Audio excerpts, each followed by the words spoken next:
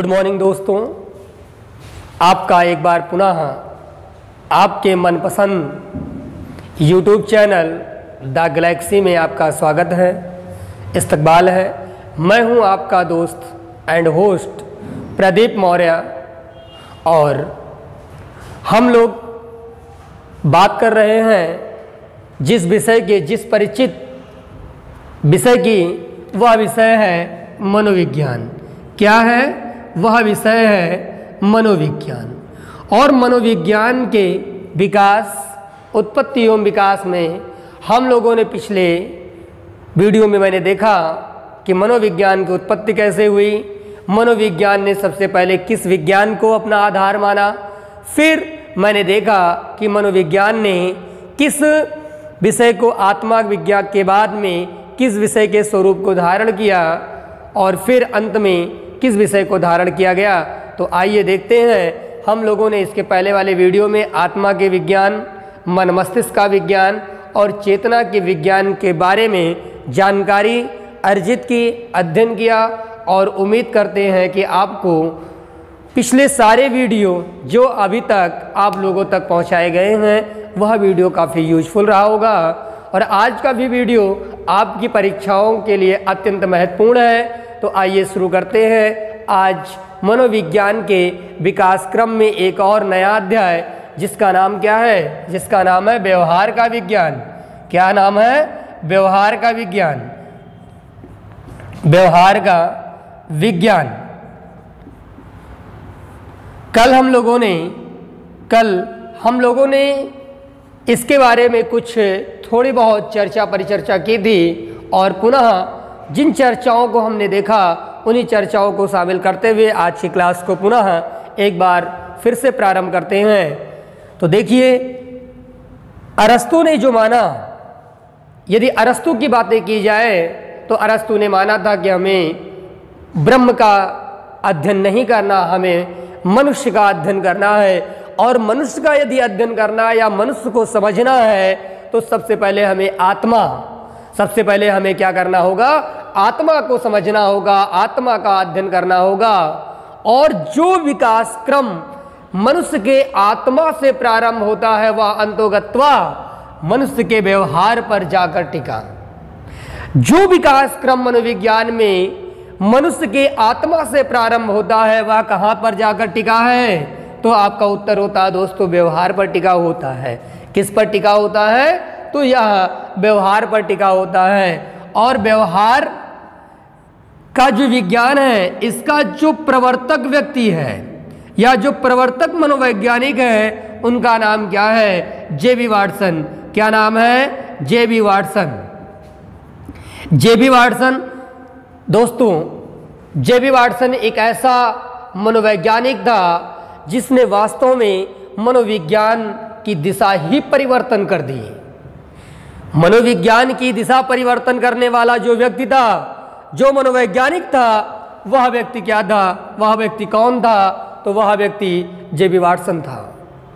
और JB. Watson के बारे में कहा जाता है कि इन्होंने भी प्रयोग किया, क्योंकि इसके पहले कि अगर हम दो विज्ञानों की चर्चा करें तो आत्मा का विज्ञान और मन मस्तिष्क का विज्ञान, इन दोनों विज्ञानों में किसी प्रकार का कोई भी प्रयोग नहीं किया गया, जिसके कारण उसे अमान्य किया गया।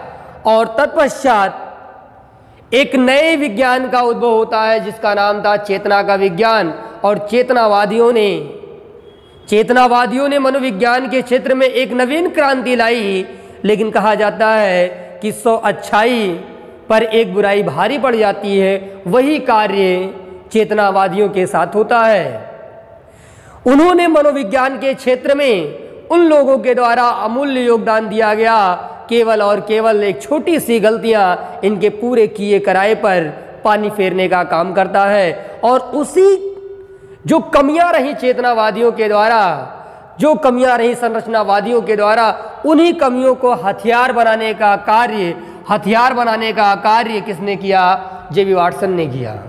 एक प्रश्न पूछा जाता है और बहुत बार प्रश्न पूछा गया है कि व्यवहारवाद संप्रदाय या व्यवहार का विज्ञान का जो उद्भव होता है किस विज्ञान के विरोध के परिणाम स्वरूप होता है, तब आपको उत्तर याद रखना होगा कि जो व्यवहार का जो विज्ञान आया, यह विज्ञान का जो उद्भव होता है वह उद्भव किसके विरोध में होता है, तो आपका उत्तर होता है क्या होगा, चेतना। जो चेतना का विज्ञान है, किसका विज्ञान है, चेतना का जो विज्ञान है, इसके विरोध के परिणाम स्वरूप आया। क्योंकि चेतनावादियों ने, संरचनावादियों ने क्या माना, केवल और केवल चेतना की जो विभिन्न दशाएं हैं उनकी सत्तात्मक स्थिति को खोजना, उनके सत्तात्मक पक्ष को खोजने का कार्य था, उनके वास्तविक क्रियाकलापों से कोई संबंधित नहीं था, जिसके कारण इसका विरोध होता है और विरोध के परिणाम स्वरूप मनोविज्ञान में एक अमूल चूक परिवर्तन देखने को मिलता है और वह परिवर्तन व्यवहार के विज्ञान में परिणित होता है।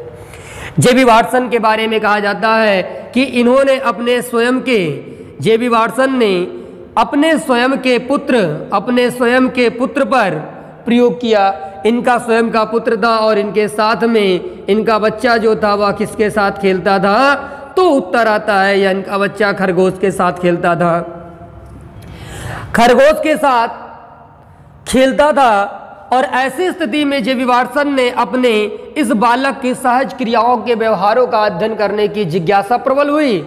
इन्होंने सोचा कि क्यों ना जब हमारा बच्चा खरगोश के साथ खेल रहा है तो उस समय अगर कुछ परिवर्तन किया जाए, परिस्थितियों में किसी प्रकार का यदि हम परिवर्तन करते हैं तो उसके परिणाम स्वरूप उस बालक के व्यवहार में क्या परिवर्तन होगा। और इसीलिए जब इन्होंने अपने बालक को खरगोश के साथ खेलते हुए देखा तो इन्होंने क्या काम किया, बम फोड़ने का काम किया, पटाखे दगाने का काम किया, जिससे यह बच्चा क्या हो गया, डर गया, जिससे यह बच्चा क्या हो गया, डर गया। और यह प्रयोग जेबी वाटसन के द्वारा कई बार दोहराए गए। अब ऐसी स्थिति में जो यह बच्चा था, जो जेबी वाटसन का यह बच्चा था, यह क्या था, जितने भी मखमली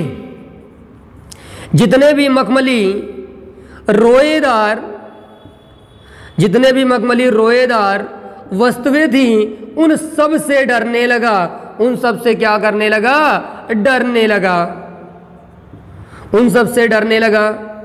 अब ऐसी स्थिति में जब मखमली रोएदार जितनी भी वस्तुएं थी, जैसे आजकल हम लोग देखते हैं टेडी बियर, तो टेडी बियर अगर देखा जाए तो भी क्या है कि बहुत खूबसूरत देखने में नज़र आता है, और ऐसी स्थिति में खरगोश भी देखने में खूबसूरत नज़र आता है। तो दोनों के जो मेल मिलाप, जो आचरण थे, वो समानता को प्रदर्शित करते थे। इसीलिए बच्चा क्या के मन में एक बातें घर कर गई कि जितनी भी मखमली सॉफ्ट वस्तुएं होंगी, सॉफ्ट चीज़ें होंगी, उनको छूने मात्र से ही क्या होगा, पटाखे का विस्फोट होगा। और ऐसी स्थिति में बच्चा किसी भी वस्तु को हाथ लगाना पसंद नहीं करता है। और इसी के बाद जेबी वाटसन ने इसी प्रयोग के आधार पर, या इसी प्रयोग के बाद जेबी वाटसन का एक स्टेटमेंट आता है, एक कथन आता है। वह कथन आपकी परीक्षाओं में बार बार पूछे जा रहे हैं, आपकी परीक्षाओं में बार बार प्रश्न पूछे जा रहे हैं कि निम्नलिखित में से वह कौन सा मनोवैज्ञानिक है, निम्नलिखित में से वह कौन सा मनोवैज्ञानिक है जिसका मानना था कि आप हमें कोई भी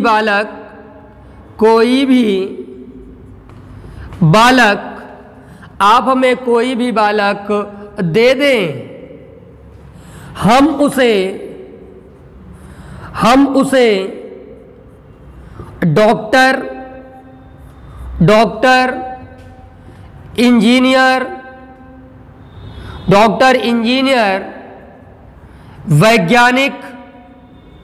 डॉक्टर, इंजीनियर, वैज्ञानिक, अध्यापक, वकील के साथ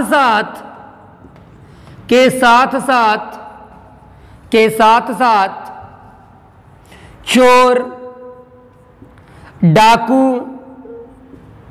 लुटेरा आदि बना सकते हैं,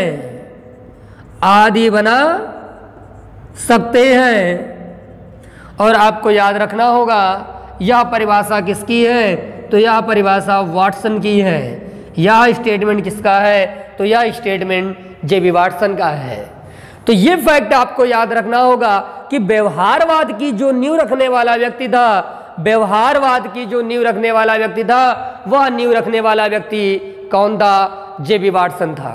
जेबी वाटसन ने अपने खुद के बच्चे और खरगोश के प्रयोग के आधार पर एक महत्वपूर्ण परिभाषाएं उत्पन्न की और उन परिभाषाओं के आधार पर आपसे प्रश्न पूछे जाते हैं और ये बहुत महत्वपूर्ण प्रश्न बनता है।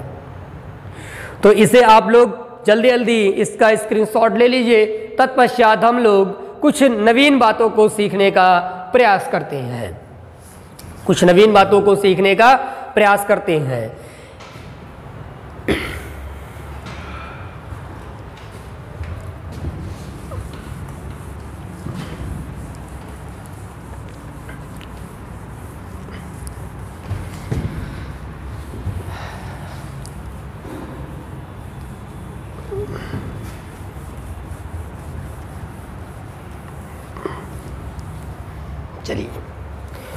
चलिए ठीक दोस्तों, देखते हैं हम जेबी वाटसन के बारे में हम लोगों ने कुछ महत्वपूर्ण बातों को जाना। अब हम लोग बात करते हैं व्यवहार का विज्ञान। इस व्यवहार के विज्ञान का जो प्रमुख व्यक्ति था, तो आप लोगों को पता है कि उसका नाम था जेबी वाटसन। और प्रमुख सहयोगी की अगर बात की जाए, अगर प्रमुख सहयोगियों की बात की जाए, तो इस प्रमुख सहयोगियों में जो पहला नाम आता है वो है बीएफ स्किनर का नाम। तत्पश्चात आईपी पावलोव का नाम, और फिर इसके बाद में ईएल थॉर्नडाइक का नाम। इसके बाद जो नाम आता है वो है सीएल हल का नाम। इसके बाद क्या नाम आता है, सीएल हल का नाम। और फिर इसके बाद नाम आता है किसका, जो अगला सबसे प्रमुख व्यक्ति है उसका नाम क्या है, वुडवर्थ। ये कुछ प्रमुख व्यक्ति हैं। BF Skinner, Ivan Petrovich Pavlov जिसे हम लोग कहते हैं आईपी पावलोव, एडवर्ड ली थॉर्नडाइक जिसे हम लोग कहते हैं ईएल थॉर्नडाइक, और सीएल जिसका नाम इसका क्या नाम है, तो क्लार्क लियोनार्ड हल। और फिर आपके अंतिम व्यक्ति कौन है व्यवहारवाद का समर्थन करने में, तो वुडवर्थ महोदय हैं।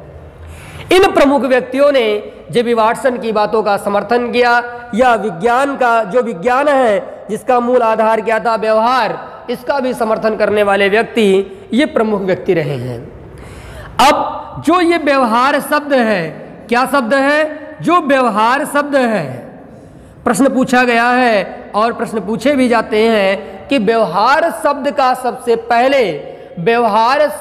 सबसे पहले वर्णन किसने किया था और किस पुस्तक में मिलता है। तो याद रखिएगा, जो ये व्यवहार शब्द है, जो व्यवहार शब्द है, यह सबसे पहले जो पुस्तक मिलती है, आउटलाइन ऑफ साइकोलॉजी,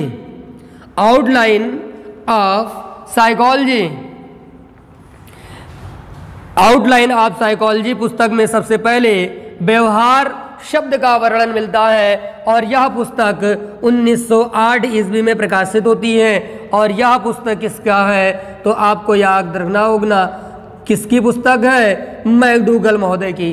किसकी पुस्तक है, आउटलाइन ऑफ साइकोलॉजी पुस्तक किसकी है, तो आउटलाइन ऑफ साइकोलॉजी पुस्तक मैकडूगल की है। और मैकडूगल ने इस पुस्तक का प्रकाशन कब किया, तो मैकडूगल के द्वारा इस पुस्तक का प्रकाशन 1908 ईस्वी में किया गया।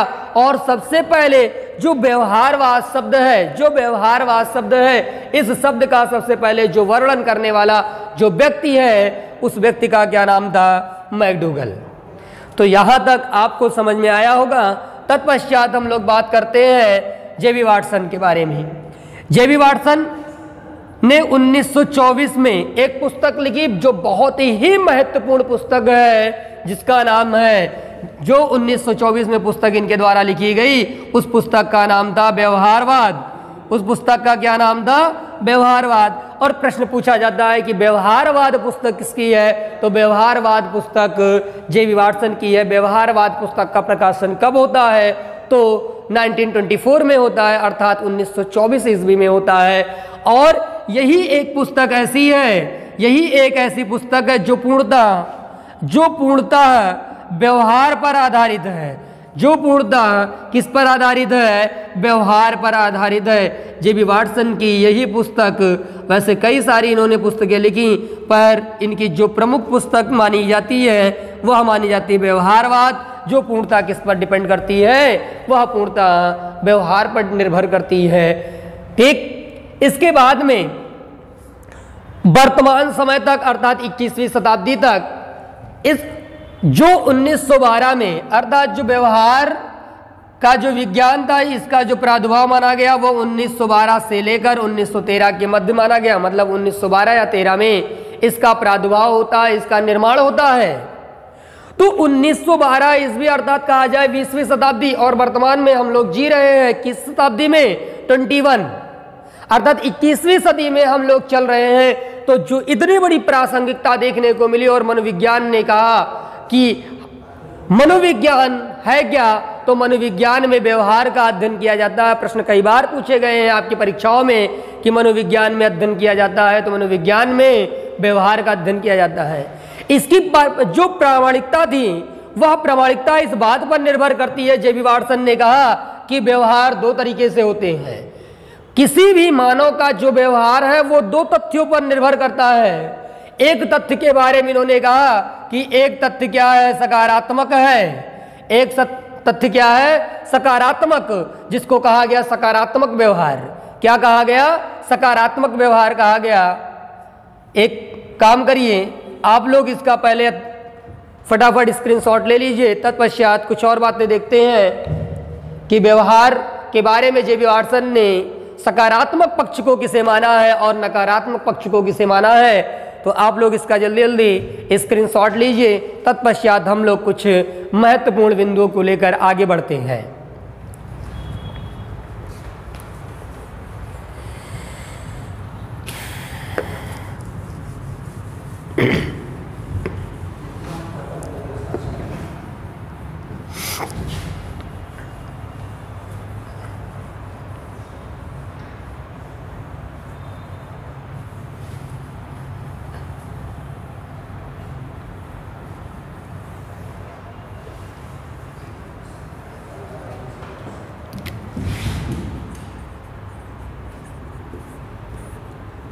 चलिए दोस्तों, देखिए जो ये व्यवहार का विज्ञान था, इस व्यवहार के विज्ञान को जे.बी. वाटसन ने दो भागों में बांटा, और यह दो भागों में जो बटा, यह दो भागों में जो आधार था, इन्होंने कहा एक सकारात्मक व्यवहार होता है। कैसा होता है, एक सकारात्मक व्यवहार होता है, और दूसरा क्या होता है, व्यक्ति का नकारात्मक व्यवहार होता है। कैसा व्यवहार होता है, तो यह नकारात्मक व्यवहार होता है। अब देखिएगा सकारात्मक व्यवहार क्या है और नकारात्मक व्यवहार क्या है। तो देखिएगा जब कोई व्यक्ति कैसे कार्य करता है, अच्छा कार्य करे। कैसा कार्य करे, अच्छा कार्य करे, अर्थात अच्छे कार्य को हम लोग कहते हैं कौन सा, किस प्रकार का कार्य, तो कहा जाता है कि यह कार्य सामाजिक कार्य होता है। कैसा कार्य होता है, सामाजिक कार्य होता है। तो सामाजिक जब भी समाज में मानव के द्वारा सामाजिक कार्य किए जाते हैं तो वह माना जाता है उस व्यक्ति का सामाजिक व्यवहार, अर्थात कहा जा सकता है कि वह व्यक्ति का सकारात्मक पक्ष है। अर्थात जे.बी. वाटसन ने इसी सकारात्मक पक्ष को सकारात्मक व्यवहार की संज्ञा दी है। अब यदि आपसे पूछ लिया जाए प्रश्न, अब आपसे यदि प्रश्न पूछ लिया जाए कि जे.बी. वाटसन ने सकारात्मक व्यवहार किसे माना है, तो आपका उत्तर क्या होगा। आप लोग इसका उत्तर कमेंट बॉक्स में देने का प्रयास करिए, फिर हम इसका उत्तर अगले वीडियो में आपको बताते हैं कि जे.बी. वाटसन ने सकारात्मक व्यवहार, जो सकारात्मक व्यवहार है उसे क्यों माना, क्या कारण रहा, इन पर चर्चा आगे करते हैं। अब बात करते हैं नकारात्मक व्यवहार। जब समाज में, क्योंकि मानव क्या है, एक सामाजिक प्राणी है। मानव क्या है, एक सामाजिक प्राणी है। तो समाज में, जिस समाज में मानव रहता है उस समाज के अपने कुछ नैतिक कर्तव्य निर्धारित होते हैं। यदि नैतिक कर्तव्यों के पालन करने में यदि नैतिक कर्तव्यों के पालन करने में सक्षम है तो सकारात्मक व्यवहार होगा। यदि नैतिक कर्तव्यों के पालन करने में व्यक्ति सक्षम नहीं है, यदि नैतिक नियमों को पालन करने में व्यक्ति सक्षम नहीं है, तो वह व्यक्ति क्या कहलाएगा? उसका नकारात्मक व्यवहार कहलाएगा। और जिसके कारण व्यक्ति से अच्छे काम नहीं बल्कि कैसे कार्य शुरू होंगे, वह व्यक्ति क्या होगा? बुरे कार्यों का संचालन करेगा। और समाज में जब कोई भी व्यक्ति गंदे कार्य करते हैं, बुरे कार्य करते हैं, तो कहा जाता है कि अमुक प्राणी का व्यवहार कैसा होगा या अमुक प्राणी का जो कार्य है कैसा है, तो हम लोग कहते हैं कि यह कैसा है? असामाजिक है। कैसा कार्य है? तो असामाजिक कार्य है। और इसी असामाजिक कार्य को जेबी वाटसन ने क्या माना है? नकारात्मक व्यवहार माना है। और यही सामाजिक व्यवहार को जेबी वाटसन ने सकारात्मक व्यवहार माना है। अब इसके पहले यदि हम तुलनात्मक रूप से अध्ययन करें, तो इसके पहले किसी भी विज्ञान में, चाहे वो रहा हो आत्मा का विज्ञान, चाहे वो रहा हो मन मस्तिष्क का विज्ञान, फिर या रहा हो चेतना का विज्ञान, किसी में भी अध्ययन के जो दो पहलू थे, उन दो पहलुओं को शामिल नहीं किया था, जिसके कारण इन तीनों में अगर देखा जाए तो तीनों को अमान्य कर दिया गया। समय परिस्थिति के काल के कारण उनकी प्रामाणिकता सिद्ध नहीं हुई, प्रासंगिक नहीं रहा, जिसके कारण आत्मा का विज्ञान, चेतना का विज्ञान, मन मस्तिष्क का विज्ञान, इन सब को क्या किया गया? अध्ययन की दृष्टि से अनुपयोगी करार किया गया। और वर्तमान में जो प्रासंगिक रहा, वह प्रासंगिक कौन सा विज्ञान रहा? तो वह प्रासंगिक हमारा व्यवहार का विज्ञान रहा। और इसीलिए वर्तमान में आपसे एक प्रश्न पूछे जाते हैं केवल यहाँ से, इस शब्द से, कि मनोविज्ञान में किसका अध्ययन किया जाता है? तो मनोविज्ञान में हम व्यवहार का अध्ययन किया जाता है। याद करिएगा, जब हमारी पहली वीडियो थी, जितने भी स्टूडेंट इस वीडियो को देख रहे हैं तो सबसे पहले हमारी पहली वीडियो को देखेंगे, तो ये बाद की जितने भी वीडियो बन रहे हैं उन सभी वीडियो को में आपको समझ में आएगा कि इसका आधार क्या था। आपको बताया गया कि मनोविज्ञान के क्षेत्र में जब दर्शन शास्त्र से मनोविज्ञान अलग हुआ, तो उस समय जब मनोविज्ञान में अध्ययन किया जाता था तो विचारों का अध्ययन किया जाता था। और वर्तमान में मनोविज्ञान में किसका अध्ययन किया जाता है? तो व्यवहार का अध्ययन किया जाता है। जो ये विचारों से जो मनोविज्ञान की विकास यात्रा विचारों से प्रारंभ होती है, आज किस पर टिकी हुई है? व्यक्ति के व्यवहार पर टिकी हुई है। किस पर टिकी हुई है? तो व्यक्ति के व्यवहार पर आकर टिकी हुई है। यह अपने आप में जो एक परिवर्तन देखने को मिला, यह समय परिस्थिति काल में हुए परिवर्तनों के जो परिणाम स्वरूप कुछ जो परिवर्तन दिखाई दिए, उसी का जो परिणाम है वह हमारे सामने इंगित करता है। तो इसका आप जल्दी जल्दी स्क्रीनशॉट लेते हैं। फिर हम लोग 4 प्रकार के जिन विज्ञानों की हमने अध्ययन किया, 4 प्रकार के जो विज्ञान थे, आत्मा का विज्ञान, मन मस्तिष्क का विज्ञान और चेतना का विज्ञान और व्यवहार का विज्ञान, इन चारों विज्ञानों का तुलनात्मक अध्ययन करेंगे। क्योंकि कौन सा विज्ञान प्रमाणिक है और कौन सा विज्ञान प्रमाणिक नहीं है, इसका जो तुलनात्मक रूप से अध्ययन किया जाएगा, तब हमें सारी विषय वस्तु क्या है, सभी का जो विषय वस्तु है, सभी के जो कंटेंट है, सभी का जो मैटर है, वो क्या होगा, हमको एकदम कंठस्थ हो जाएगा। मनोविज्ञान को पढ़ने की जरूरत नहीं, मनोविज्ञान को याद करने की जरूरत नहीं, केवल मनोविज्ञान को समझने की जरूरत है। यदि मेरे प्यारे विद्यार्थियों, आप मनोविज्ञान को केवल समझिए।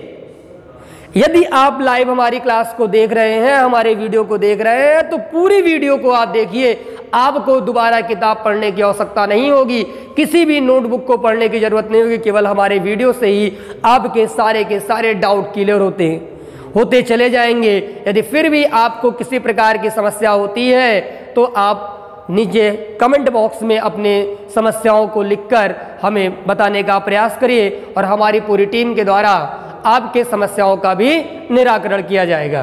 तो आइए शुरू करते हैं हम लोग तुलनात्मक अध्ययन। मनोविज्ञान की जो शाखाएं थी, उनका हम लोग क्या करते हैं, तुलनात्मक अध्ययन करते हैं। और तुलनात्मक अध्ययन के आधार पर ही हम उन सभी की विषय वस्तु को क्या कर पाएंगे, स्पष्ट कर पाएंगे।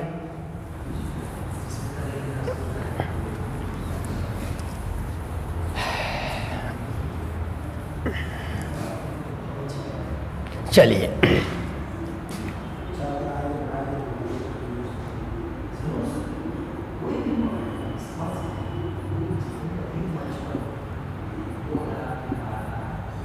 तुलनात्मक अध्ययन। तो तुलनात्मक अध्ययन किसका करना है? तो तुलनात्मक अध्ययन मनोविज्ञान के जो विज्ञान है, मनोविज्ञान का जो विज्ञान है उनका तुलनात्मक अध्ययन करना है। पहला क्या था? आत्मा का विज्ञान। देन सेकंड क्या था? मन मस्तिष्क का विज्ञान। सेकंड क्या था? मन मस्तिष्क का विज्ञान। मन मस्तिष्क का विज्ञान, मन मस्तिष्क का विज्ञान। और फिर मन मस्तिष्क के बाद में क्या आता है? चेतना का विज्ञान। चेतना का विज्ञान। और वर्तमान में क्या है? व्यवहार का विज्ञान। वर्तमान में क्या है? व्यवहार का विज्ञान। अब इन सब का हम तुलनात्मक अध्ययन करते हैं। मान्य किया गया किस विज्ञान को तो क्यों, और अमान्य किया गया तो क्यों। सबसे पहले हम लोग तुलनात्मक अध्ययन में देखते हैं आत्मा का विज्ञान। अब आत्मा के विज्ञान के स्वरूप में अगर कहा जाए तो यह किसका विषय माना गया? अरस्तु का विषय माना गया। किसका विषय माना गया? अरस्तु। और सहयोगियों की अगर बात की जाए तो आपको पता है कि यहाँ प्लेटो का विषय रहा। प्लेटो ने भी इसे समर्थन किया। रुडोल्फ गोयकले का भी विषय रहा आत्मा का विषय, क्योंकि इन्होंने समर्थन दिया। इसके पश्चात हम लोगों अगर देखा जाए तो गैरिड महोदय भी मिलते हैं इसमें। इसके पश्चात अगर हम लोग देखें तो केलर का भी नाम आएगा, क्योंकि केलर का नाम इसलिए समर्थन में आता है क्योंकि केलर महोदय ने ही दर्शन शास्त्र को मनोविज्ञान की जननी विषय बताया और मनोविज्ञान का जनक अरस्तु को बताया है। इसके बाद जो एक व्यक्ति है जिसका नाम है जीन जैक्स रूसो। क्या नाम है? जे रूसो। यह भी प्रमुख व्यक्ति रहा है। इसे मान्य करने का कोई प्रमाणिक तथ्य नहीं मिलता है। आत्मा के विज्ञान को मानने का कोई भी प्रमाणिक तथ्य नहीं मिलता है। जैसे यदि कहा जाए हमारे पास जो ये मार्कर है, और बेटा आपके पास जो लिखने वाली पेन है, इन दोनों का आधार एक ही है। यदि आपके पेन में जिस पेन से आप लोग लिख रहे हैं, यदि उस पेन में भरा हुआ इंक खत्म हो जाता है तो वह पेन क्या होता है? निष्प्रयोज्य हो जाता है। हमारे पास जो ये मार्कर है, यदि इस मार्कर में भरा हुआ इंक खत्म हो जाता है तो यह मार्कर क्या होगा? हमारे पास का ये जो पेन है ये क्या होगा? निष्प्रयोज्य हो जाएगा। ठीक उसी प्रकार से केवल और केवल आत्मा का कार्य है मनुष्य को जीवनदायिनी शक्ति प्रदान करना। आत्मा का कार्य क्या है? केवल और केवल इतना कि मनुष्य को जीवनदायिनी शक्ति प्रदान करना। इसके अलावा आत्मा का कोई भी कार्य नहीं है। हमारे शरीर से यदि आत्मा निकल जाए तो हमारा शरीर क्या होता है? इस पेन के बराबर निष्प्रयोज्य हो जाता है। इसके अलावा आत्मा का कोई कार्य नहीं होता है। और आत्मा के संदर्भ में, किसके संदर्भ में? आत्मा के संदर्भ में भारतीय शास्त्र या भारतीय दर्शन शास्त्र कहा जाए। भारतीय दर्शन शास्त्र जो भारतीयों का सबसे प्रमाणिक ग्रंथ माना जाता है उसे कहा गया श्रीमद् भागवत गीता। श्रीमद् भागवत गीता में भी कहा गया, आप किसके संदर्भ में? आत्मा के संदर्भ में कहा गया कि आत्मा अजर है, आत्मा अजर और अमर है। आत्मा अजर और अमर है। इसके अलावा क्या आत्मा के बारे में श्रीमद् भागवत गीता में किसी का वर्णन मिलता है? तो इसके अलावा उत्तर नहीं मिलता है। और यदि आपसे पूछा जाए, जिस आत्मा की बात अरस्तु ने की थी, यदि आपसे पूछा जाए कि आपके शरीर में आत्मा का कार्य क्या है, तो केवल और केवल इतना सा उत्तर आपका होगा कि सर हमारे शरीर में जो आत्मा है केवल हमको खड़ा रखने का कार्य करता, मतलब सक्रियता की स्थिति में रखता है। और जिस व्यक्ति के शरीर से आत्मा निकल जाती है वह व्यक्ति का शरीर कैसा होता है, केवल निष्क्रिय होता है। यदि हम अरस्तु की बातों को अगर ध्यान से देखें तो कभी भी, या श्रीमद् भागवत गीता की बातों को देखें तो यहाँ ये स्पष्ट नहीं होता है कि आत्मा का रंग कैसा है, आत्मा का रंग कैसा है, रूप कैसा है, आत्मा का रंग कैसा है, रूप कैसा है, आकार कैसा है, आकार कैसा है, प्रकार कैसा है। और जिसका इन चारों प्रकारों में अगर हम देखें, रंग, रूप, आकार, प्रकार, अर्थात इन सब में कहा जाए कि यह किस प्रकार का विषय वस्तु है, तो यह किस प्रकार का विषय वस्तु है, तो यह क्या है, अमूर्त है। क्योंकि आत्मा को आप देख नहीं सकते हैं, आत्मा को आप क्या देख नहीं सकते हैं, केवल और केवल आत्मा को आप महसूस करते हैं। और महसूस किया जाने वाला जो विषय होता है उसे हम अमूर्त कहते हैं। और अध्ययन जो हम करेंगे, क्योंकि बात हो रही है अध्ययन की, क्योंकि विज्ञान है और विज्ञान कहता है क्रमबद्ध सुव्यवस्थित ज्ञान को ही विज्ञान कहा गया। तो आत्मा के संदर्भ में कोई भी क्रमबद्ध प्रमाणिक तथ्य नहीं मिलता है, जिसके कारण अरस्तु की बातों को अमान्य किया गया। और इसी के साथ आज की वीडियो को हम लोग समाप्त करते हैं। उम्मीद करते हैं कि आज की आपकी जो भी ये क्लासें रहीं आपको बहुत ज़्यादा लाभप्रद होगी। और इसी के साथ अपनी वाणी को हम विराम देते हैं। आगे फिर पुनः नेक्स्ट वीडियो मिलते हैं, तब तक के लिए जय हिंद, जय भारत।